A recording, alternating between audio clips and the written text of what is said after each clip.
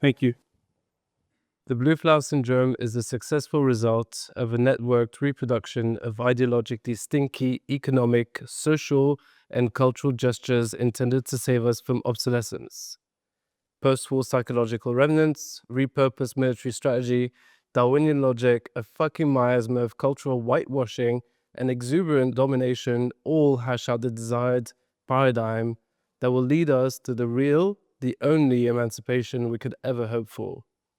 In this paradigm, we're united, together, one world, one nation, one race.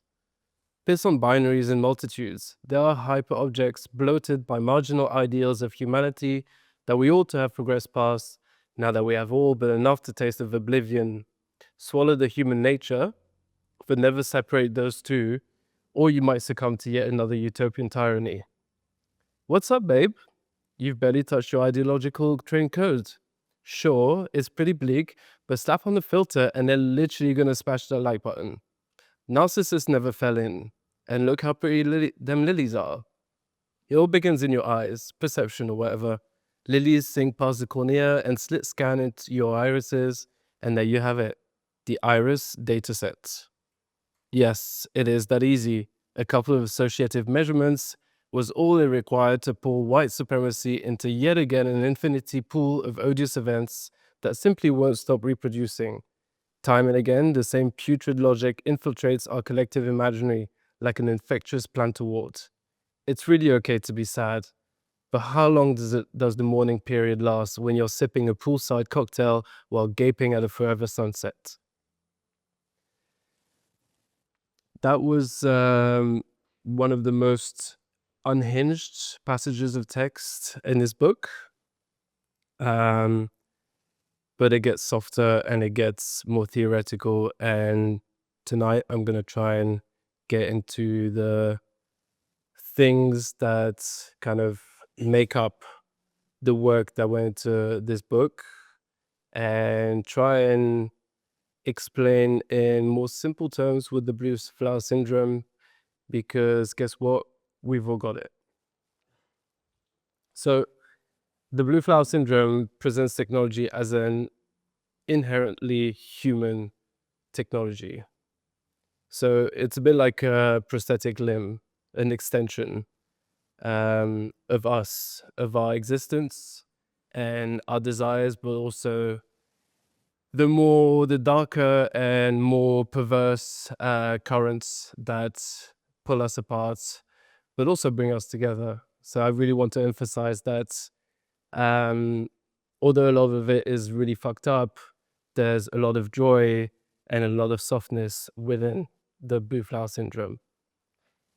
We're going to start at the surface and where it all began for me, when I started to sort of become more aware of the systems and the logics which make up the blue flower syndrome. I was traveling to Prague from London, driving a van with two of my friends and a bunny rabbit in the back. And we stopped in Antwerp for a little bit of food. And we were walking around the city center trying to find something decent to eat. And we all realized that, we had this observation where we didn't really know where we were, but also we could have been anywhere that we had been before. It wasn't just the urban topography, like laced with, your obvious signs, McDonald's, H&M, all of those. Actually, I haven't seen a street like that here yet, so maybe this is out of context for this city, but I have more to explore. And there was something else. There was something that I noticed, which was the way people dressed. So now we're starting to get into the semiotic network of the blue flower syndrome.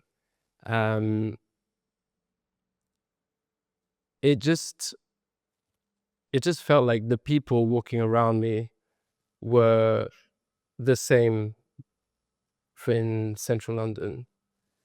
And as I clocked it, I started noticing it in different places. Not on this trip though, because then we made it to Prague eventually after hours of driving. And the first thing that we noticed were in the 10-15 minutes of driving from the outside the outskirts of Prague into the center was that the film The Matrix was a huge fashion influence at the time. This is 2016, by the way. There was a lot of goths, neo-goths, walking around, something that you just didn't see in London anymore. And if you did, it'd be, past dinner time in the late hours of the night. I went back to Prague again a few years later, and I didn't see them anymore. But what I saw was a sort of evolution of their kind, that subculture. So neo-goths, sports goths, like whatever you want to call it, there's like different iterations. It's a sub of subculture. But in the time between my first trip to Prague and then a few years later, what I started to realize was that social media was kind of bringing new subcultures to the surface in different places in the world. So all of a sudden, you're on a platform where you can instantly make and create new connections with people. So these guys are my friends. They're also my friends.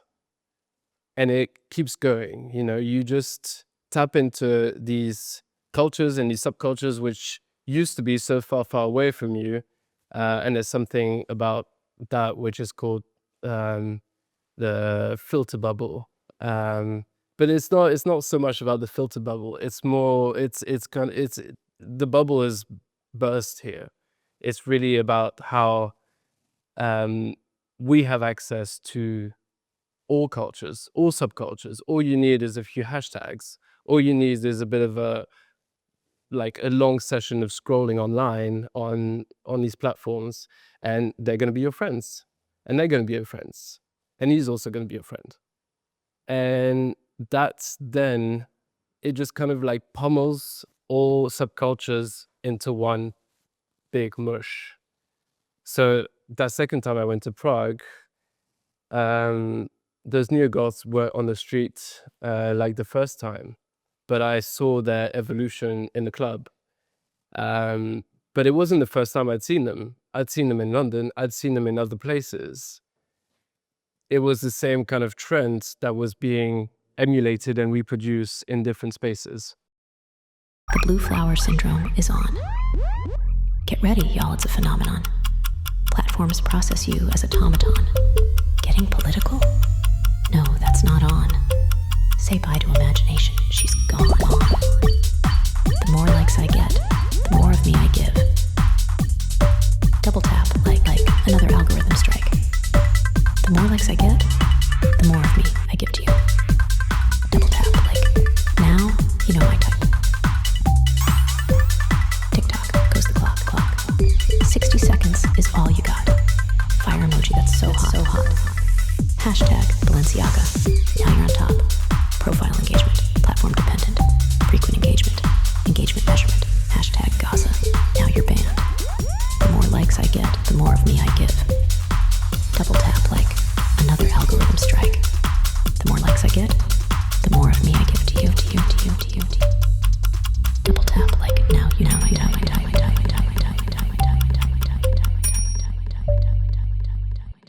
So you keep experiencing these different versions of yourself online through parasocial relationships. So you see someone posting a picture of themselves, a selfie, or an outfit check or whatever, and you're like, oh, that's a cute top. I might try and find it. Now it's even easier. You can literally just crop the image, put it into Google Lens. It'll be yep, here's a list of links where you can buy this exact piece of garment. But I digress a little bit. In that time, after 2016, I started to really sort of tune into what connects these different trends.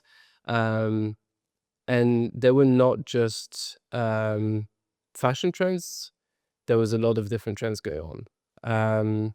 But fashion for sure was like at the epicenter, and then it kind of like broke out from there.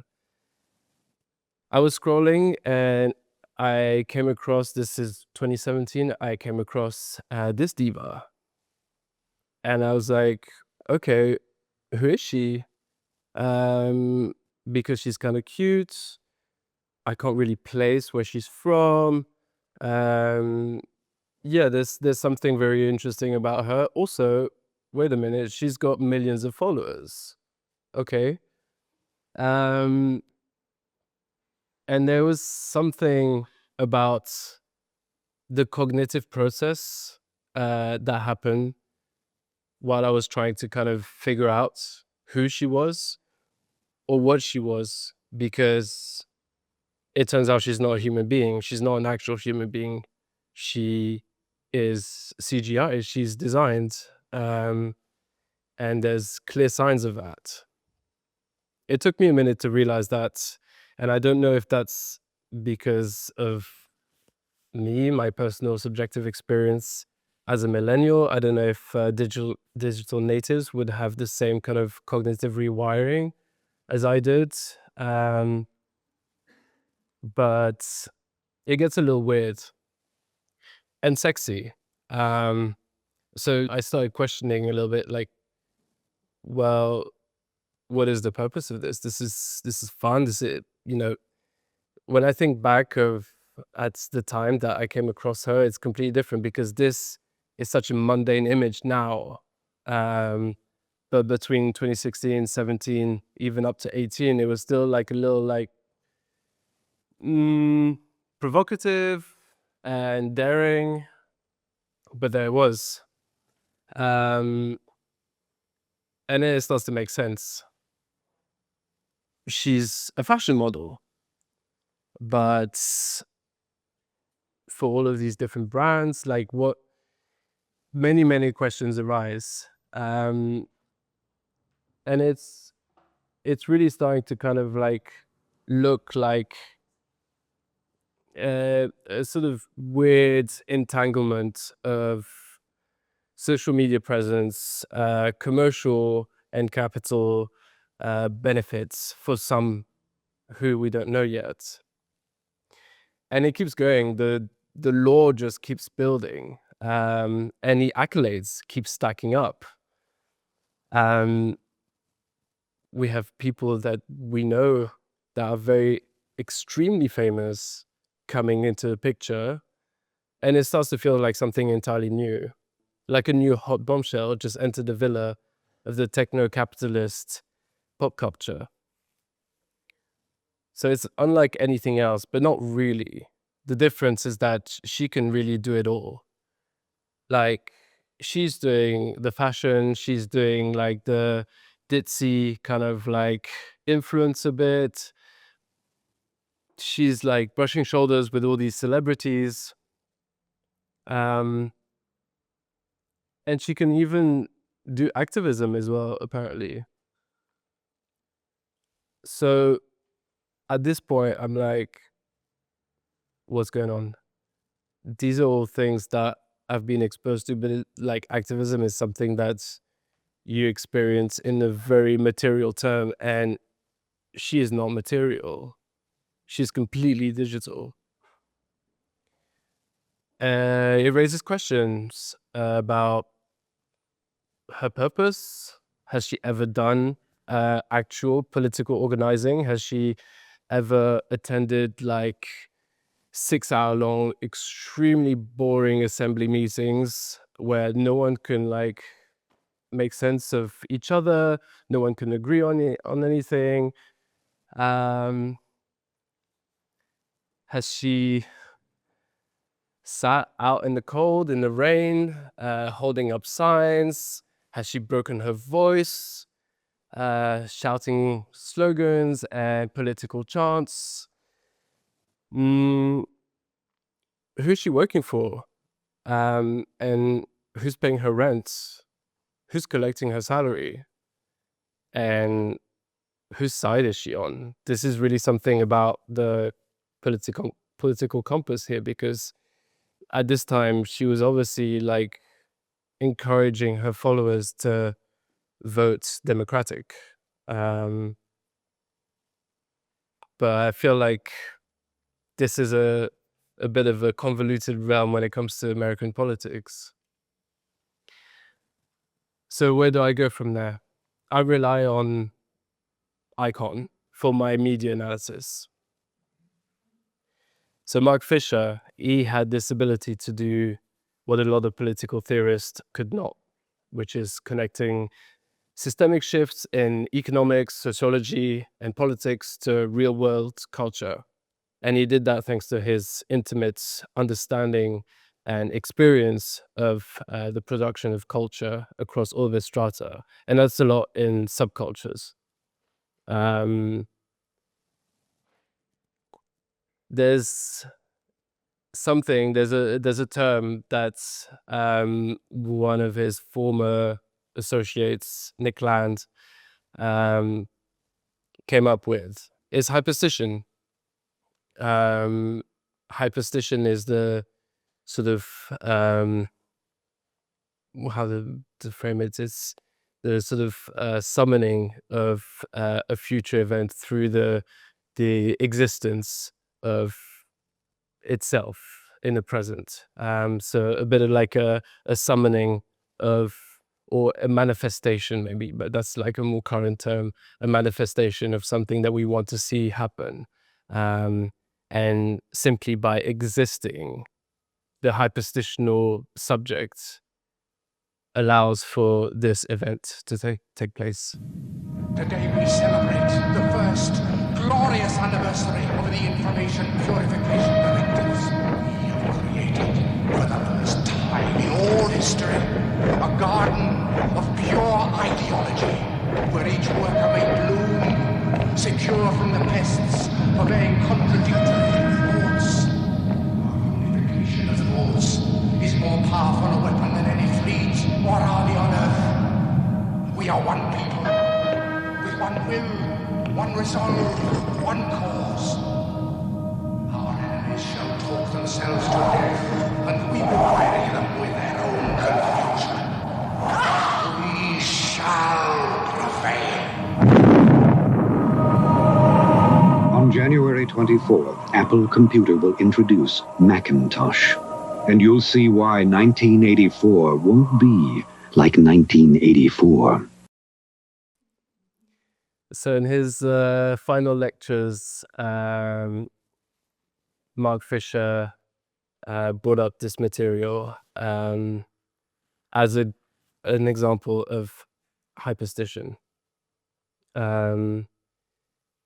Macintosh, Mac at the time, this was like just coming out of the Cold War, and they really wanted to shake up the personal computer game, which was dominated by IBM.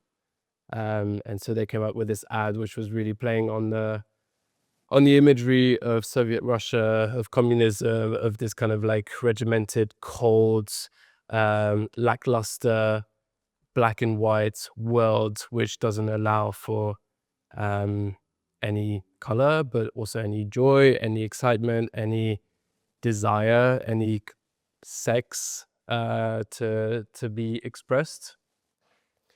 And they smashed it. They did exactly that. They realized exactly what this ad foretold. And so using Fisher's analysis of media, I then flip back to the virtual influencer, 𝘠𝘠𝘦 𝘉𝘭𝘰𝘸𝘦. And I think, what kind of future is she foreshadowing? If she's able to communicate on such scale, if she's able to change skins so easily, if she's able to be so malleable to the desires of whoever owns her, what comes next? Also, she's an activist. Is that the kind of like future model of activism?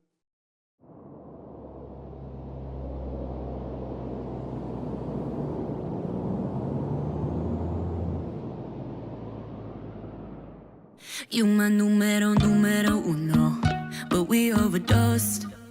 You were there in my orbit like Pluto when we used to be close. You said you were home, but I just call you high as chateau. People said we were fake like a photo. Didn't think it would happen with you though. I miss what we used to be. Out every night in the streets. You hanging all over me, acting like we royalty. I wish that we could go back, cause I feel like we're fading fast. Bracing myself for the crash. Some things just ain't meant to last. Oh honey, if it's over, let me know, cause it ain't been easy loving you alone. Oh honey, if we're done, just let me go. I can say no hard feelings, but I'd be wrong. Got hot feelings. Got hot feelings. My heart beating, beating. Can't stop the bleeding. Hot feelings. Hot feelings.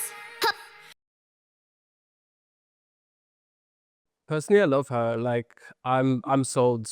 Like, it's catchy. It's like making me move. She's hot. She's also wearing shoes that I own. So I'm like, yes, I've got them. Like, yes, sister, like we're together. Why not? But it's also very scary, right? Like, so this is really like the crux of the blue flower syndrome, is that all of that is so enticing. It's so captivating. And it's so easy to just like give yourself up to it. And if you're just going to allow yourself to slip into that, what happens?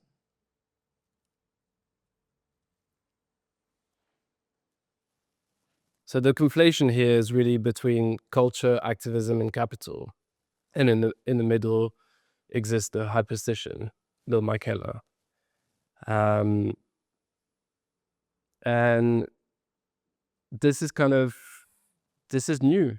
This is new. I mean, this is not new today. It was new when I wrote this book. And things change so quickly. So yeah, whatever. But yeah, like avatars like her exist at the surface of a broader ecology. And she serves, or they serve, because there's many of them of her kind. They're not all activists. But yeah, they serve as a palatable template for activism. You know, how do you do it right? You know, and if you're young, if you're influential, if you haven't developed your personality or your identity yet, you come across this character and you're like, I want to be just like her. So Mark Fisher framed the depictions of radical leftists in the mainstream Hollywood cinema as political pacifiers. Like, people watch films where evil forces of fascism or corporate greed are fought and defeated by a heroic entity with a leftist penchant. And they feel a sense of accomplishment at the end of the film, which is enough to quieten their desire for a different kind of world. So say like you're overworked and underpaid, and you're fed up with it. You go scrolling and someone answers your question like, hey, this is all it takes to really like make a difference. and look at my following, like I can be trusted. It kind of like puts you in a place where you just get this instant fix, this quick fix. It's the same thing that Fisher was talking about with film, but here it's like jacked up with computational steroids. And so rather than like dampening the difference between the films in Mark Fisher's theory and 𝘍𝘭𝘰𝘸𝘦 𝘍𝘭𝘰𝘮𝘦 and her like, is that they amplify desires, and they provide quick fixes that are just within a few finger taps away. You know, you go on her profile and you look at what she's wearing, you tap on the brand that she's promoting, and next thing you know, you're buying LV bag, and cool, there goes your paycheck, but also you're fucking happy. You're gonna be like walking around with the bag, and it's nice. So what's underneath all of that? The entanglements of this digital ecology, the code. When I was doing my research into virtual influencers, I got to a point where I was like, well, just like this talk, as of now, it's very kind of like my own subjective observations paired with some like media theory, and it doesn't go very deep really. So I started looking at computation and algorithmic systems more specifically within this digital media ecology. I like to just really try and find the root cause of something. So I was looking at the parametrics of social media, especially Instagram, and how I get suggested content like this, how I found, because I wasn't following 𝘍𝘭𝘰𝘸𝘦 when I came across her. She just came up. I can't remember how, but they do, you know. And it was pre-Meta, so it wasn't even sponsored. So how does that function technically in algorithmic computation? I got to something really scary, which is the IRIS dataset, which is arguably the forefather of computational classification. The IRIS dataset was developed by Ronald Fisher in the early 1900s, and he was trying to develop a statistical method to determine to kind of discriminate a load of data. So he took three iris flowers, different variants, and he took all of these samples of the sepal length and width and the petal length and width, and so he had this table of numbers, and he developed an algorithm that could essentially do this, which was distribute all of this data in a grid, which would be able to tell the different flower variants apart from each other, all placed within this grid. So you found yourself in the grid. Oh my God, ain't it so mid? Time passes, we just don't quit. Rest in peace, Leo da Vinci. You would have loved hanging in the grid. The more likes I get, the more of me I give. Double tap, like another algorithm strike. The more likes I get, the more of me I give to you. Double tap, like, now you know my type. Love this vibe. Call it out. Lit flower core. Lore-coded pilled special interest. Tap into my profile's hottest. How many likes? Do it for the algo. Tag location, now it's geo. Peace sign, geo. Peace out, bye. The more likes I get, the more of me I give. Double tap, like another algorithm strike. The more likes I get, the more of me I give to you. Double tap like, now you know my type.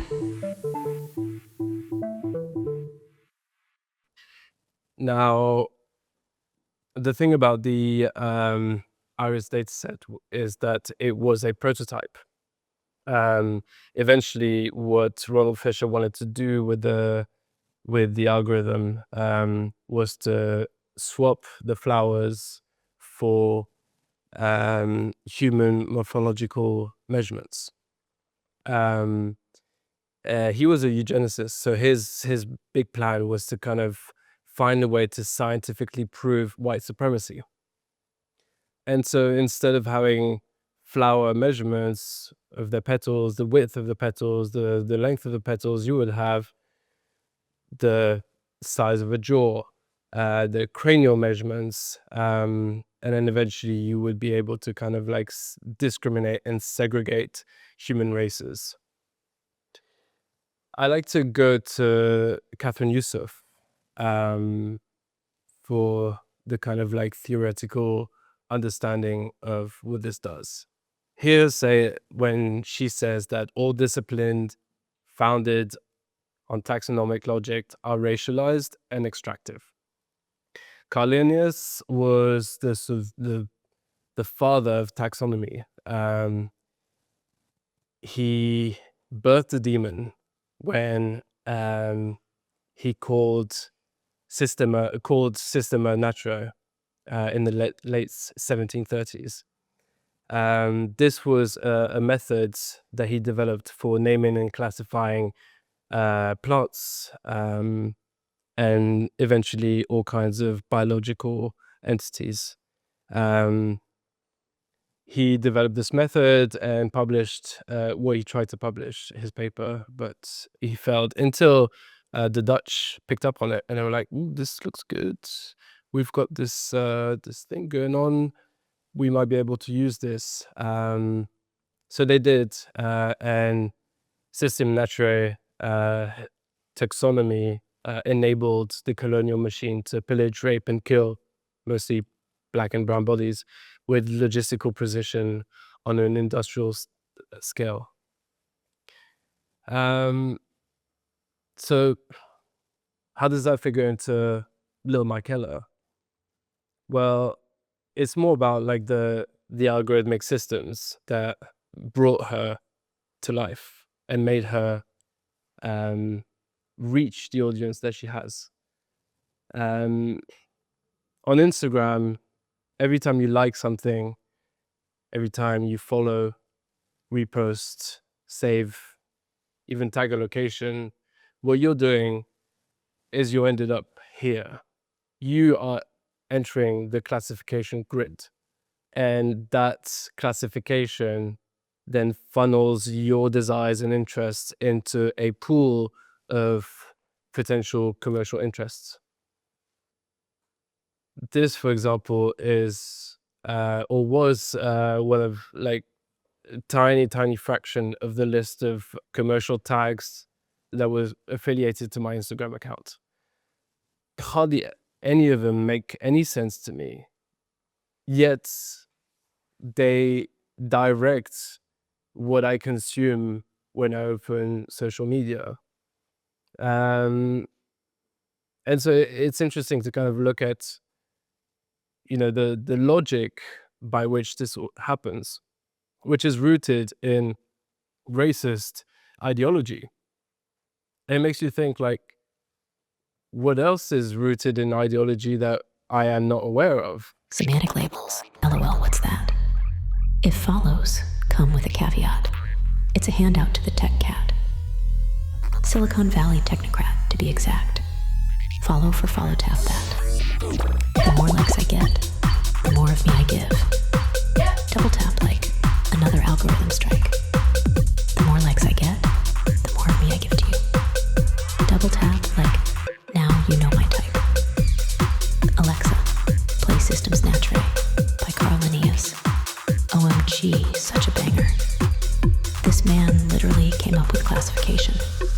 And it was over for you bitches. Organic transcribed to numeric. Value appointed to generic. Yeah, that's just right-wing rhetoric.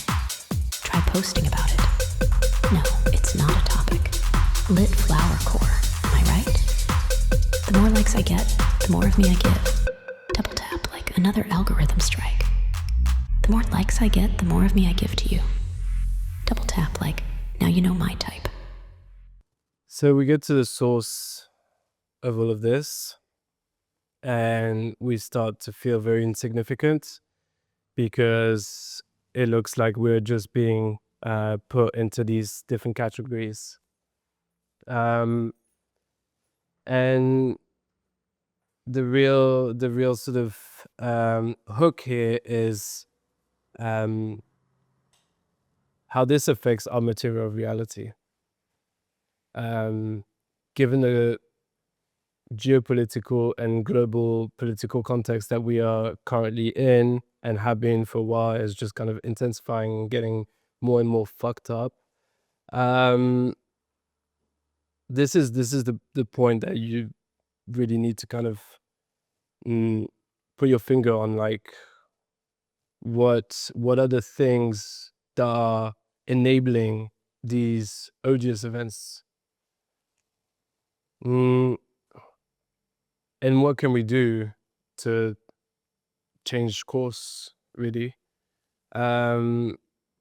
So we're trying different things. We're trying poetics, we're trying mythopoesis, we're trying to kind of imagine different models, we're trying to imagine different worlds through narrative, etc., through material manifestations of the thoughts that we have. This book, I wrote it while I was on the geodesign department at the Design Academy of Eindhoven, and that gave me the space to not only do this research but also materialize the research, and that's not just a printed book, but it's also a experiential installation. It looks like this from the inside, and we start to embody the research, we start to embody the phenomena that we're studying. This embodiment looks like this sometimes, and it's about channeling all of this observation in a way that doesn't just drown you in all of its fuckery. What's emerged out of this body of research for me is something that I call influence design. And I'm going to read you the definition of it and not talk too much about it because I'm still developing it. So influence design is the deliberate shaping of aesthetics, effective in computational conditions through which behavior, belief, and attention are guided, without relying on overt political instruction or moral appeal. Rather than persuading through argument or ideology, it operates through atmosphere, repetition, and seduction, embedding itself in interfaces, metrics, images, and rhythms of interaction. It treats influence not as propaganda, but as an infrastructural force, one that circulates through platforms, simulations, and virtual persona, where computation amplifies effect and renders the unreal competitive with, or even more potent than the real. Influence design thus concerns itself with how myths, figures, and interfaces come to mediate material reality, shaping social and political outcomes while remaining ostensibly non-political.